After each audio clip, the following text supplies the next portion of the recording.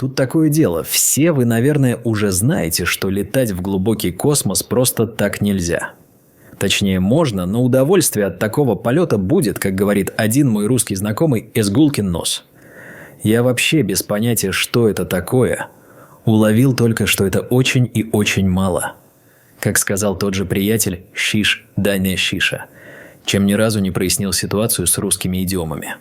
В общем, да, летать в глубокий космос, а именно в другие звездные системы, дело довольно муторное.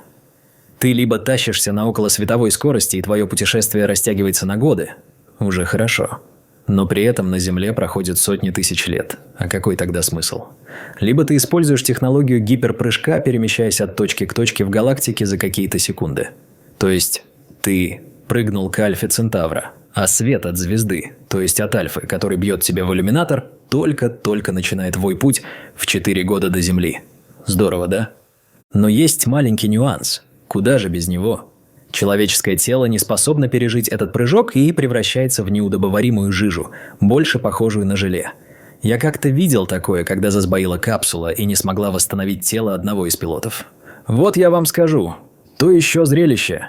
Я тут же выблевался, а запах блевотины и вот этого самого желе преследовал меня еще несколько недель, пережив вместе со мной еще пару прыжков.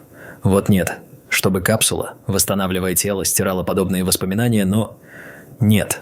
Закон таков, что из капсулы должен выйти тот же человек, что и зашел в нее. И если вы и хотели какое-нибудь позорище из вашей школьной жизни, от которого вам хочется забиться под кровать и не вылезать оттуда, из собственной биографии, то увольте, оно с вами навсегда. Ну, чтобы быть точным, там вообще никакое животное не способно пережить такое дело. Пытались замораживать, без толку. Что-то там нарушается, и на выходе из гиперпрыжка размороженный человек, как бы это сказать помягче, неадекватен. Видать, что-то там не так с реагентами для заморозки, пока не придумали подходящего. А зачем в космосе неадекватный человек? Он там совсем не нужен. Там и без того спятить можно. Мы и так на препаратах сидим, которые не дают нашей крыше уехать далеко и надолго в условиях видимости Земли в иллюминаторе. И, казалось бы, выход очевиден. Используйте роботов, им такой прыжок нипочем, и наслаждайтесь жизнью. Пусть думающие железяки занимаются исследованием, добычей, погрузкой-разгрузкой и прочими мероприятиями. И их как бы используют, но надо же кому-то их ремонтировать, сделать профилактику и тому подобное, а то гайка слетит, и весь автоматический завод встанет. И да, роботы-ремонтники тоже ломаются. А, чуть не забыл, каждый раз после прыжка надо прогонять полную диагностику, ибо физические носители, как и ПО, имеют поганую особенность нет-нет, да сбоить после прыжка. А вот матрица, как назло, человека списывает полностью и потом восстанавливает его в капсуле, между пилотами зовущейся саркофагом или попросту гробом. Вот и мотаемся мы по галактике в этих гробах, ждем, когда придумают что-то получше. Так, о чем это я?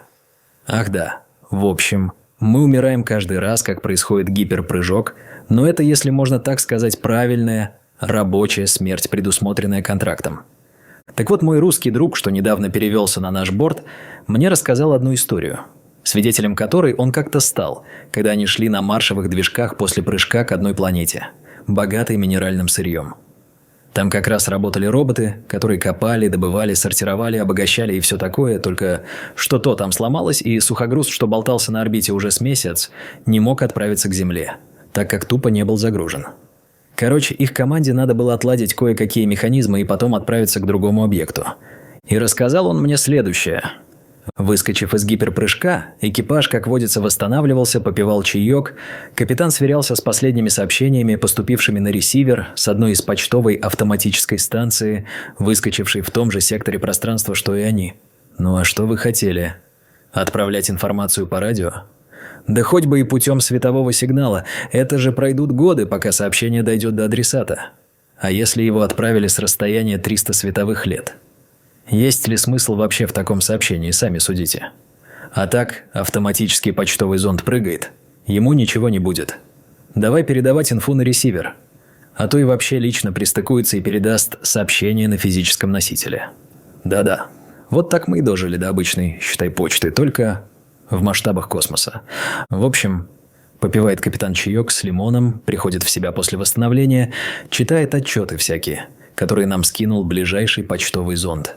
Да только оказывается, что пока экипаж приходил в себя, в смысле восстанавливался в капсулах, зонд тот успел пристыковаться, что бывает, прямо скажем, нечасто, если ты специально не ждешь какой-то посылки. Да и выгрузил пакеты шифрованных данных. Что-то, что требует особого внимания, капитан распечатывает, откладывает в сторону, что-то так прокручивает по-быстрому. И вот он листает на мониторе ленту. Листает, а потом, как остолбенеет, и давай к себе Старпома звать. А Старпомом как раз Селин был. Он-то и застал капитана в собственной каюте, где тот сидел в одних труселях и почесывал недельную щетину на подбородке. А вы где подумали? С которой, ясное дело, он залез в капсулу несколько часов назад. «Посмотри», — говорит Селину. «Что думаешь? Ну, приятель мой, тот, что Старпом, берет свежую, еще пахнущую краской, распечатку, листает ее, листает и сам начинает чесать щетину. Нет, у себя на лице, а не у капитана». «Да ну нафиг, думаешь, он из этих?» «А что тут думать, по документам выходит, что так?» «Видишь галочку?» «Вижу, что ж ее не видеть». «Надо», — говорит капитан. «Родригеса, сам понимаешь, что...» «Героя нашего Родригесом звали. Имени мой приятель не назвал». «Я бы спешить не стал», — возражает Старпом. «Вообще-то это официальный ордер», — серьезно так говорит капитан. «Это, считай, приказ к действию. Улавливаешь?» «Улавливаю. Как тут не уловить? Вот, только нам бы переговорить с Родригесом для начала». «О чем?» «Ты же в курсе, что они ничего не помнят между двумя восстановлениями? Он отпираться будет до одури, а нам это надо? И что мы услышим? Что вот он тогда-то влез, а тогда-то вылез. Да мы это и так знаем. У нас есть весь его послужной список. Но вот здесь...» Капитан потряс бумагой в руке. «То, что он нам забыл сообщить». «Да, но...» Селин замялся, не сумев сформулировать, что конкретно его не устраивало. «Знаешь что?» Капитан большим глотком выпил остатки уже остывшего чая и поставил кружку на стол. «Мне вот эти все разборки и скандалы на борту не нужны. Представляешь, какой разброд может начаться, если все узнают?» «Они в любом случае узнают», – резонно заметил Старпом. «Ведь надо же нам будет как-то задержать Родригеса». «Да, но если мы не исполним ордер...» Капитан наконец поднялся и стал одеваться, натягивая комбинезон. «Экипаж начнет роптать. Если он поймут, что среди них этот...» «Так, может, не говорить?» – предложил Селин. «До возвращения». Капитан покачал головой, изобразив на лице полный сарказм. «Ты же в курсе, кто у нас сидит на приеме?» «Да». «Тогда это не вариант. И потом... Это же позор какой, то скандал будет, все в нас пальцем будут тыкать.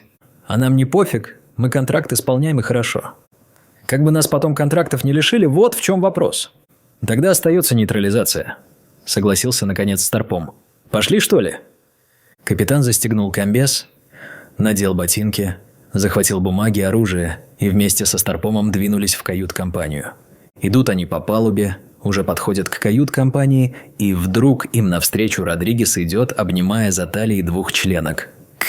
В смысле, двух барышень, членов экипажа. Родригес, когда капитана со Старпомом увидел, а у первого в одной руке пистолет, а во второй бумаги и морда такая серьезная, дальше некуда, аж изменился в лице. Посерел буквально, да как толкнет девчонок на них, да как рванет по коридору. Только его и видели. «Вот», – наставительно произнес капитан. «А ты говорил подождать». «Был неправ», – признал Селин, помогая подняться ошалелым от такого обращения барышням. Последние не скупились на самые крепкие выражения, которые только можно услышать во флоте, чем вызвали неодобрительный взгляд капитана. А когда капитан в двух словах описал им суть проблемы, то выражения стали еще более выразительными. Ну да ладно. В общем, по кораблю объявили тревогу и стали всем оставшимся экипажам ловить беглеца. Корабль все равно на тестировании находился и держал ситуацию на контроле, попутно сообщая, где в последнее время был замечен Родригес. Всю информацию он тут же скидывал на планшеты капитана и Старпома, особенно из тех отсеков, где были замечены перебои с работой систем наблюдения. Там-то как раз Родригеса и надо было искать.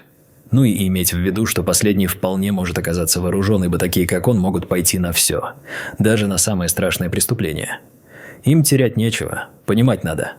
И началась охота. Признаться, поначалу Родригес и не думал отстреливаться, что несколько насторожило и натолкнуло на мысль, что оружия у него все-таки нет. Но когда капитан выпустил первую очередь из пистолета, то в ответ наши герои получили такую же, чем были чрезвычайно фраппированы. Да, если что, выпущенные из него пули не могут пробить перекрытие или борт, специальные боеприпасы с пониженной кинетикой и особым сплавом. И что интересно, у Родригеса оказался такой же, что наталкивало на мысль, что он совсем не хочет оказаться выброшенным декомпрессией в открытый космос. Ну да, зачем я вам это рассказываю, вы и так это знаете. Но кто его знает, а вдруг у него припасена пара магазинов с обычными боевыми патронами? Ну, допустим, обшивку не пробьет, но повредить оборудование – раз плюнуть. А это может повлечь нарушение сроков исполнения контракта. Да и корабль, знаете ли, денег стоит. Задолбаешься потом объяснение писать, что ты не верблюд, и что выплачивать ущерб компании не собираешься в свете форс-мажора. И не факт, что компания не затаскает тебя по судам. В общем, подкинул им этот Родригес проблем. Короче, гоняли его по палубам, да по отсекам. Несколько раз даже думали, что совсем его потеряли. Хотя как такое возможно на корабле? Уму не приложу, но ловок был Родригес, не иначе. В какой-то момент думали, что он решил, так сказать, самоликвидироваться, выбросившись в открытый космос, когда засекли открытие шлюза.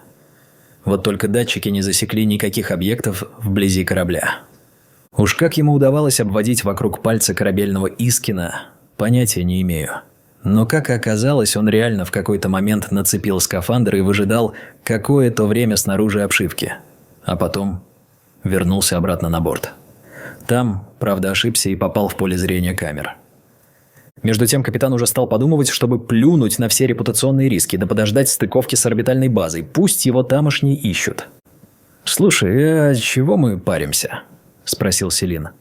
«Подождем прыжка. А потом отмывать корабль? А если он, такой растакой, залезет в какую-нибудь щель, откуда его не достать? Представь, как потом вонять будет». Это уже не говоря о риске того, что он сможет залезть в капсулу перед самым прыжком. А это далеко не нулевая вероятность. Ну, Старпому пришлось согласиться с капитаном, тем более был в его практике случай, когда один крендель из-за несчастной любви напился, словил синьку, забрался промеж переборок, на любые уговоры не посылал всех куда подальше. А когда корабль стартанул, не терять же деньги всем остальным, того размазало тонким слоем по всему кораблю, отчего последний пришлось долго и упорно очищать. Хотя капитан, по мнению Старпома, все-таки очень перестраховывался. Долго ли, коротко ли, но Родригеса таки словили в одном из отсеков, куда никто особо и не заглядывал. Спалился он, как я раньше говорил, перед Искином, но тот его местоположение быстренько капитану и выдал. Народ, как прослышал про это, так всем экипажем ломанулся к схрону, чтобы уже решить вопрос и исполнить ордер до стыковки с орбитальной базой, где можно будет отправить сообщение с отчетом на Землю.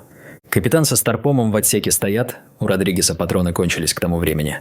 Позади в дверь заглядывают остальные члены экипажа. Ждут развязки. «Эй, слушай!» Заискивающим тоном, совсем ему до того несвойственным, стоя на коленях, обратился Родригес к капитану. «Ну что ты, в самом деле? Ну с кем не бывает?» «Это же все пустяки, ей-богу!» «Ну, захотелось подзаработать сверхоговоренной нормы. Что здесь такого?» На этом месте у Старпома что-то щелкнуло в голове, но, видать, не так, чтобы сильно, так как он продолжил держать беглеца на мушке. А капитан держит в одной руке бумаги, а в другой тоже пистолет. «Походу, ты уже все знаешь и догадываешься, что написано в ордере», – холодно произнес капитан, типа «зачем там лясы точить с таким, как Родригес?» и начинает наводить на него ствол. А Родригес так глазами швырк на документы, что в руке капитана заметил там что-то.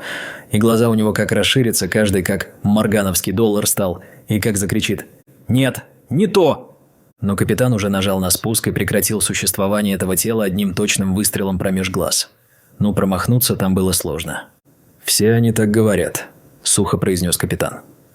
В общем, тело Родригеса не стали отправлять в космос, как положено по обычаю, а тупо дезинтегрировали как богопротивное создание. Я ж забыл рассказать, из-за чего весь сыр-бор случился. Вот ведь дурак, все говорю и говорю, а самое главное то из внимания и упустил.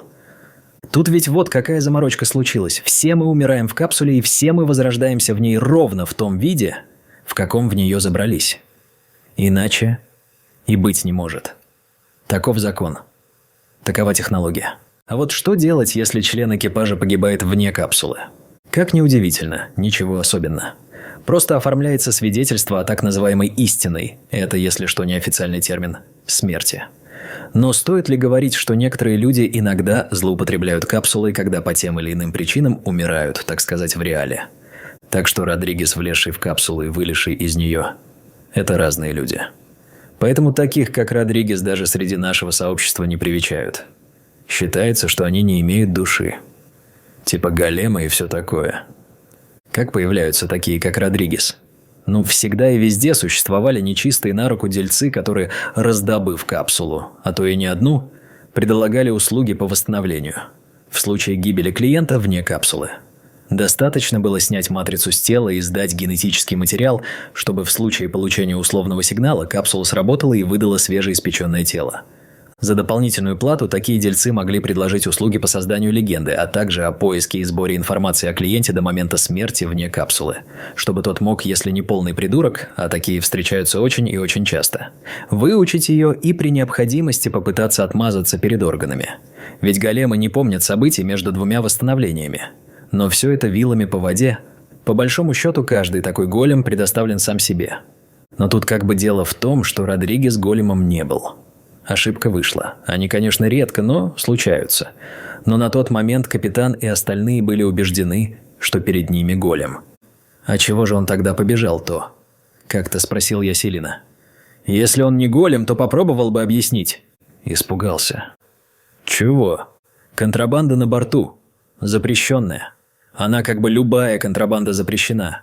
Но есть такая, что запрещена. Запрещена. Он ее на дальние станции возил. Но это мы потом уже узнали, в ходе расследования. Решил, что его раскусили и решили взять под арест. Хотя за такую контру его и грохнуть могли при задержании. Может, поэтому и рванул в бега. «Так он же на корабле!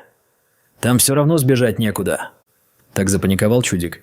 А в панике плохо оцениваешь обстоятельства. Может, решил, что сможет скрываться до посадки и незаметно улизнуть, хоть бы и на чужой планете. А там как дело пойдет.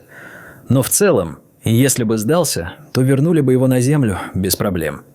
Да и не факт, что дело до суда бы дошло. У него, как оказалось, хорошая такая волосатая лапа была. Где надо. Он тогда и закричал то из-за того, что увидел отметку на ордере, что обозначало голема, но было уже поздно. Капитан у нас мужик серьезный был. В каком-то смысле даже верующий. Не думаю, что он бы стал сильно разбираться и слушать. Для него големы как красная тряпка быку. Понятно. В общем, такое вот стечение обстоятельств. Ты знаешь, там ведь действительно была допущена ошибка. Служащего отвлекли, и когда он вернулся к заполнению формы, он что-то там напутал и поставил, не глядя, галочку не там, где следовало. Устал человек, вторую смену дорабатывал, вот и допустил, так сказать, опечатку.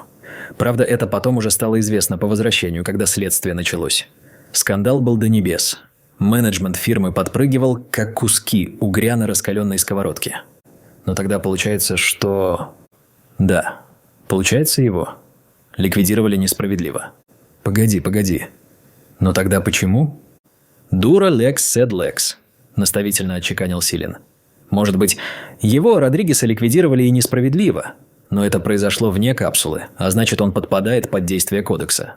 То есть, по факту, он умер истинной смертью по-настоящему, о чем и была сделана в реестре уже вторая запись. Правильная, без всяких там опечаток и ошибок. «Но капитана-то не наказали», – продолжал я возмущаться. «Никто не понес наказания. А чего ты хочешь? Да и за что его наказывать? Капитан действовал в рамках кодекса. Капитан на борту – царь и бог, объединяющий в себе все ветви власти и все судебные инстанции. В далеком космосе. Иначе никак. А служащий, он просто ошибся, бывает. Ему вынесли выговор. Но он же тоже не убивал. Потом уже ввели дополнительные уровни контроля и защиту от дурака, но сколько таких бедолаг было отправлено на тот свет из-за обычной ошибки служащего? Или сбоя в системе, одному богу известно. А восстанавливать их никто не будет, сам понимаешь. Закон суров. Но это закон. Иначе вся наша жизнь полетит к чертям. Я не нашелся, что возразить.